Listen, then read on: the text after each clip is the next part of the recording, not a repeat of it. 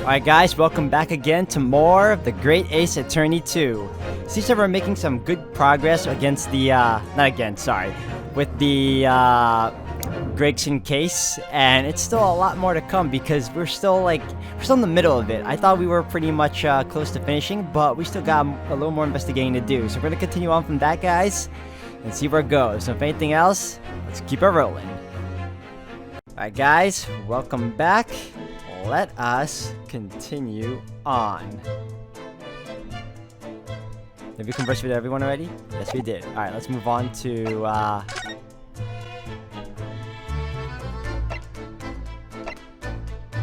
Vigil's hospital bed, prosecutor's office.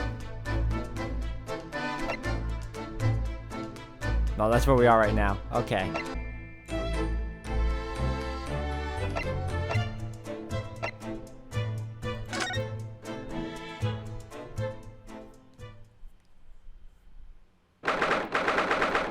November 2nd, prosecutor's office. So this is the office of Prosecutor Asogi now, is it? Kazuma-sama is doing so well for himself. Even though he's always forced to kneel on the floor Japanese style in that dark corner. It's his habit to sit Seiza style whenever he's working. Kazuma.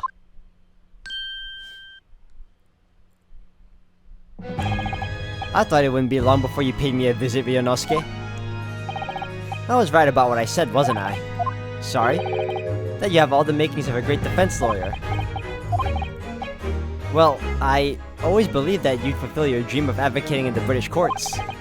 I just never imagined for 1 second that I would be as a prosecutor. Seeing you stand in a foreign courtroom so gallantly realizing your dream, Kazuma-sama, I'm truly happy for you. And I'm truly thankful to you, Judicial Assistant Mikotoba. Ryunosuke, I always thought it would be fun for you and I to shake up the British legal system a little together. This isn't quite how I envisaged it, but I suppose it's just another twist of fate. I've learned a lot of things during my time in London, about how Susato-san's father was himself of a visiting student here once along with Judge Jigoku. About what happened with your father. Then you'll have no difficulty understanding why I had no choice. Why I had to find a way to get to Britain as a visiting student myself. I want to hear it from you, Kazuma. As you wish, Ryunosuke Naruhodo. Alright, let's converse. Your disappearance. It's getting on for a year now since what happened on the SS Beria. We were heading across the oceans from Japan to Great Britain.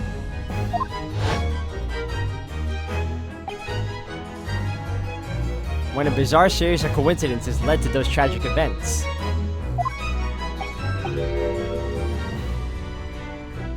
I thought I'd lost my best friend forever.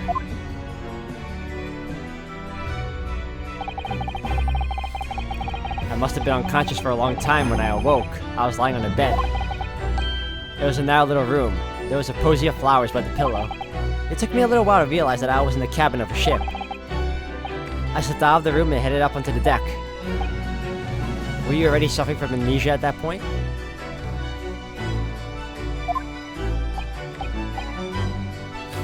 Yes, I didn't know what had happened or where I was. There was just this voice in my head. You have something you have to do. Something no one else can know about. Go to Great Britain. Your task awaits you there.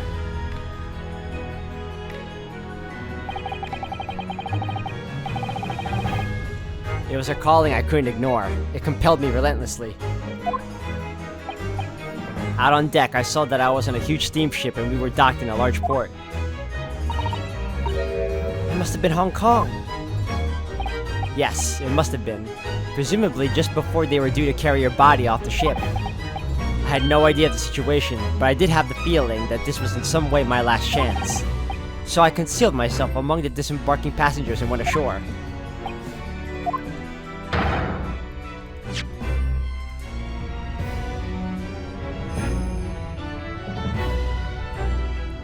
Then I disappeared into the crowded streets of that foreign port city, so I could plan my onward journey to Great Britain.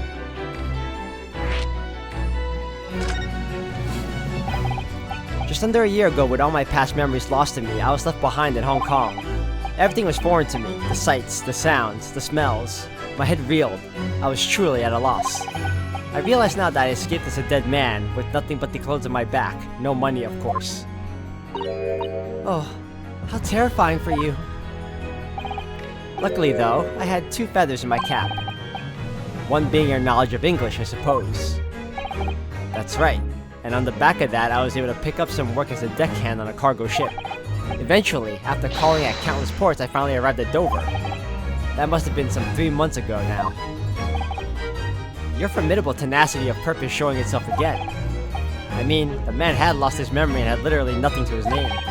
But he still managed to make his way to London on the opposite side of the world. Of course, I had no idea why I moved heaven and earth to get here at that point. So, how did you end up becoming Lord Van Zeek's apprentice then? That can only be called an extraordinarily stroke of luck. Stroke. You see, I was stopped at the border because I had no papers. They took me straight to Scotland Yard. And by sheer coincidence, Lord Strongheart was there to attend the meeting. That's when the second feather in my cap came into play.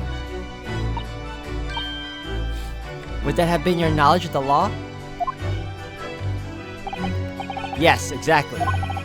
Lord Strongheart was curious about an Easterner with intimate knowledge of British law. He took me back with him to the Supreme Court and assigned me to the prosecutor's office. And then 9 days ago, you finally got your memory back after the trial involving Drebber.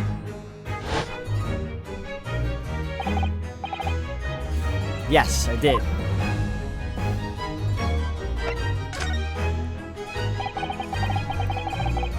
Ever since I first met you at Yume, you talked about your dream. Mark my words, Ryunosuke. I'll be chosen as a visiting student and make my way to Great Britain someday. Did you know the entire time about what happened to your father here? 16 years ago. When my father left on that exciting trip to Great Britain, I was just a boy. We took a photograph together the day before his departure. It's my last memory of him. But what I remember most about my father is his unswerving sense of justice. 6 years later, after he left, a gentleman called at our family home. He told me that Genshin, my father, had been taken ill in England and passed away. It was Professor Mikotoba. Your father, Susato-san. Oh my. Ever since then, the professor was very good to me. He even helped to fund my university education at Yume. I'll be forever in his debt. But nevertheless, I just couldn't bring myself to believe what he told me. Oh. And one day, a letter arrived at our house from Britain. There was no indication of the sender, so I opened it assuming it was from an old acquaintance of my father. What I read in that letter changed my entire life. What did it say? It said that my father had been a mass murderer and the writer cursed the Asogi name. Oh no! As a result of that letter, I found out what had been hidden from me all those years. Presumably, the letter was sent from a relative of one of the victims.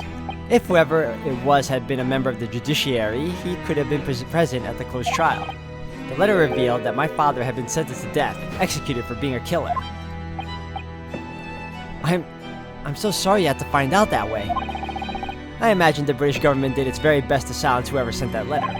But someone who knew the truth and couldn't bear the resentment was always going to be a problem. But still, it could have been written by anyone. Why would you believe such a thing? There was a newspaper cutting included with the letter. It was the first I'd ever heard of the professor and his terrible killing spree. Well, what did my father have to say about the letter? I couldn't bring myself to show it to him. What? Why not? Because he deliberately concealed the truth from me by telling me my father was taken by a fatal illness.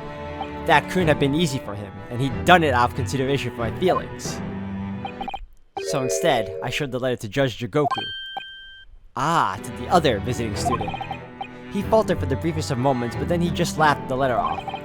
But in that moment, I saw it on his face. He was undeniably shocked, shaken momentarily before recovering his poise. A year later, my bereaved mother succumbed to the strain of grief and she too passed away. That's when I made up my mind that one day, without fail, I would cross the seas to Britain and seek the truth for myself. The truth about my father, Genshin Asogi. And I wouldn't let anyone stand in my way. Oh, Kazuma-sama.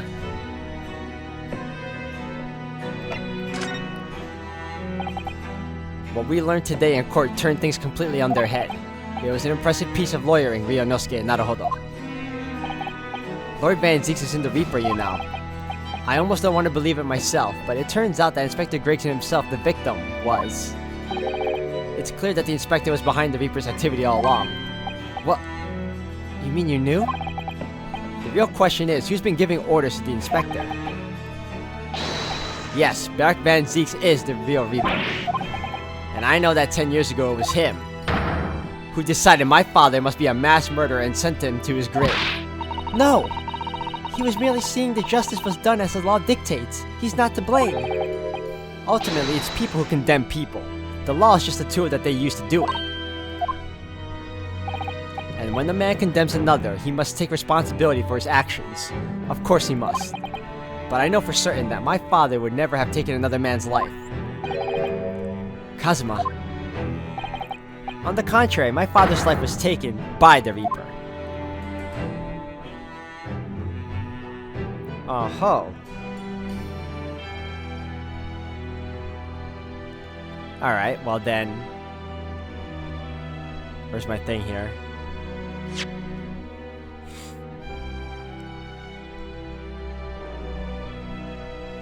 One of my, I remember reading here before about...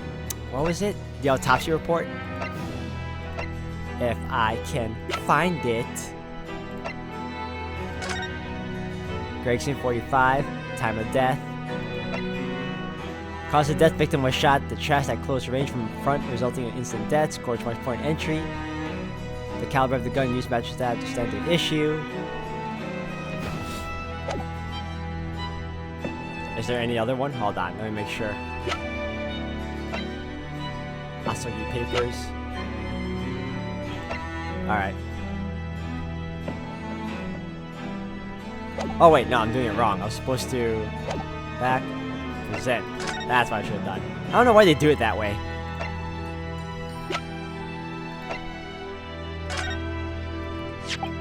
This came up in the trial, didn't it? As something a little dubious, I mean. The fact that no time of death was recorded on Inspector Gregson's autopsy report.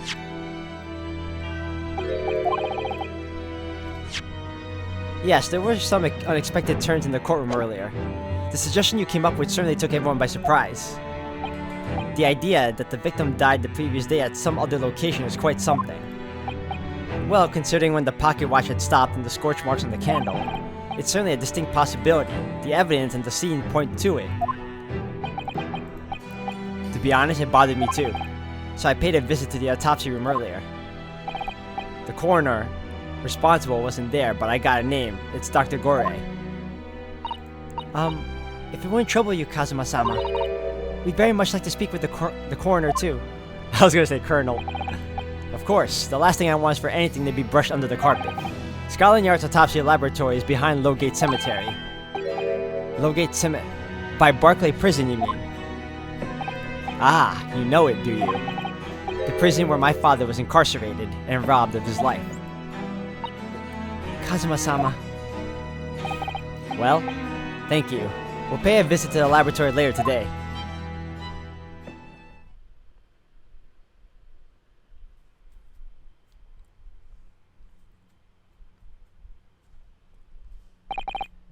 Ryunosuke, I want to thank you. What for?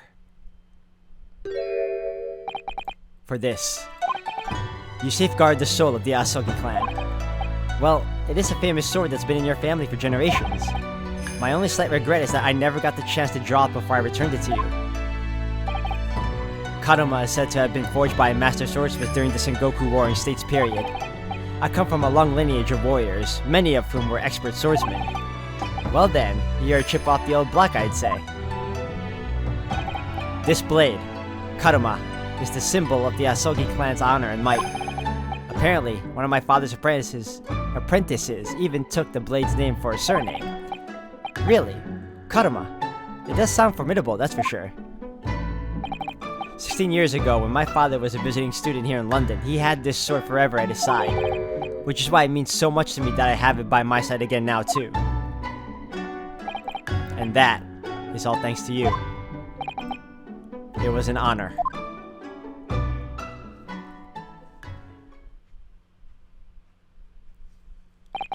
Now, I have preparations to make for tomorrow. Perhaps I said a little too much. Not enough, if anything. We could use some more info. Kazuma, you've changed. No, Ryunosuke, I haven't changed at all. It's you who has. I can completely understand your resentment of Lord Van Zieks given what happened. But the fact is, those events in this case are, well, unrelated? Is that what you want to say? How can you be so sure? What do you mean? Never mind. That man is the Reaper, and it's for that reason that the inspector was killed. I'm going to prove as much in court tomorrow, by whatever means necessary. I can't let you do that, Kazuma. I know you'll do what you have to as a lawyer, but I'm sure I don't need to tell you that I won't be taking any prisoners in the courtroom. I would expect nothing less. Until tomorrow then, in the Old Bailey. Alright, time to go. New location, yep, Forensics Laboratory.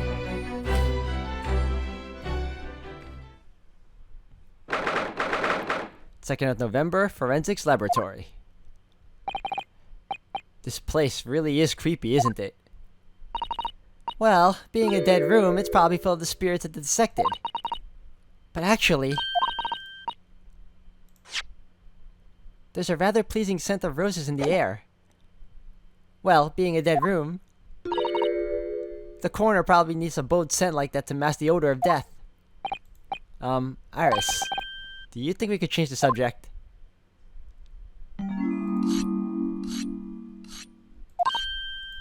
What? What was that? Sounds like sharpening knives or something. Ah, Dr. Gore? I was right. What? That noise before. I was sharpening my tools. I'd be dead meat if I didn't keep a perfectly keen edge on them. Right. When following the collagen fibers in the dermis, an expertly sharpened scalpel cuts like cheese. Would you like a demonstration? Oh, yes, please. I'd love to see. Then, I think you'll do nicely. Huh? No! No, I wouldn't do nicely at all. I mean, maybe some other time. Was that a tut? Well, we came here to ask questions, so...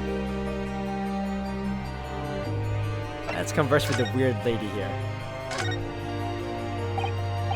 We have actually met before. I'm a lawyer, if you remember. You're not dead yet. What?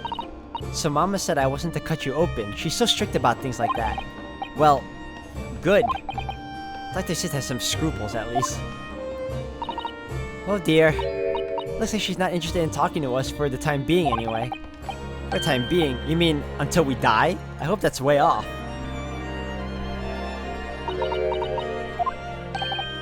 Sorry, but I wasn't planning on dying anytime soon. Surely there's some less drastic way of making her listen. Alright. I guess we gotta present again. The same thing we presented to, what's-his-face? Kazuma. Dr. Gore, we actually came here to ask you about this. He was very good. Good? Sorry? His skin didn't snag my blade once, and very little mess. His joints dislocated easily, and his muscle tissue was a pleasure to work with. We can skip those details. But there is one thing about the report that's caught my attention. You don't seem to have recorded a time of death.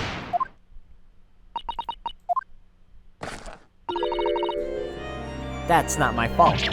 Oh, that made me jump. Then please, tell us what happened. Same thing. So, why doesn't this autopsy report include the victim's time of death then? It's really the most crucial detail. I was told not to write it. What? By whom? Miles Strongheart, the Lord Chief Justice. He came here. Lord Strongheart came. He said that the witness's statements about the gunshot and the other evidence, it was obvious. The man clearly died at 5 p.m. on the 1st of November, when the gunshot was heard. But that's not the time of death you wrote in the report. You didn't write anything. Was there some reason you didn't include it?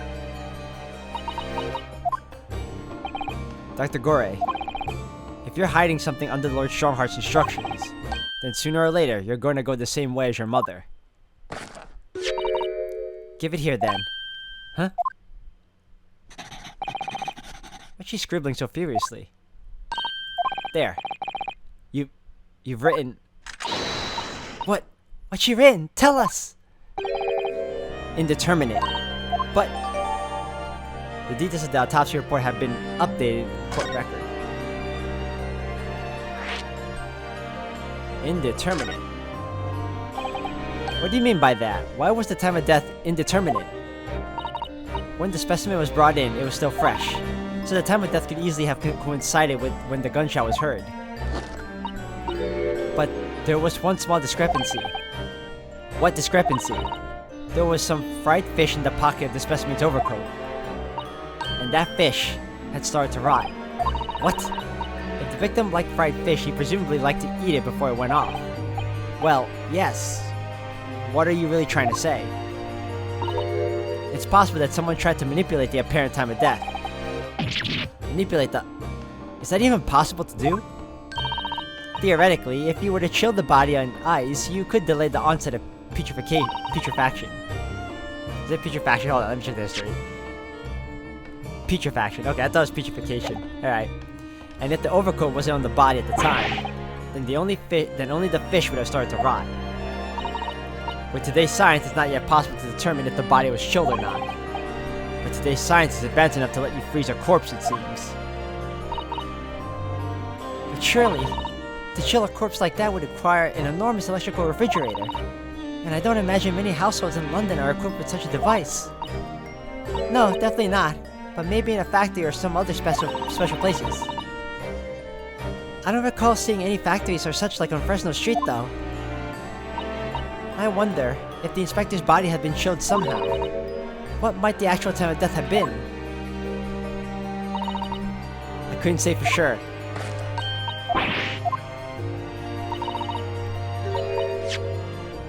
But most, it might have been a day earlier. No! In other words, it would corroborate your previous deduction, Mr. Naruhodo. That Inspector Gregson was killed the day before his body was discovered at a different location. Did you inform Lord Strongheart of this possibility? He simply said that there were no electrical refrigerators of that size in the vicinity.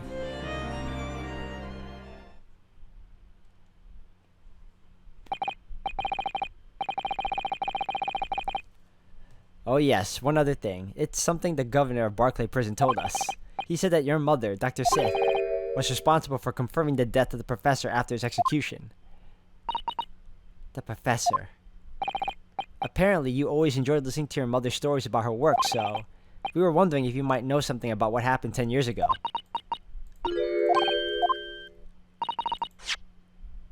That's not all Mama did. Sorry?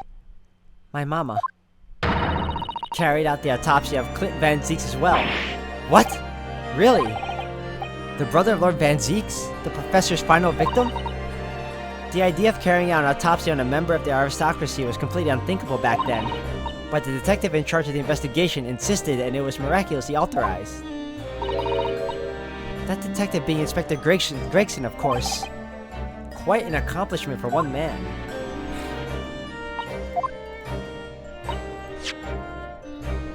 That autopsy provided the vital clue needed to arrest the killer. And Mama was there for that historic event. What does all this mean? You know that amazing autopsy happened right here in this very room. The professor and Clint Van Zeeks. They both spent their final moments before their burial on that dissection table there. So this lab, Mama's lab, was instrumental in some of the country's most important events. She really is proud of her mother. I wonder if you'd tell us more about exactly what happened back then, Dr. Gore.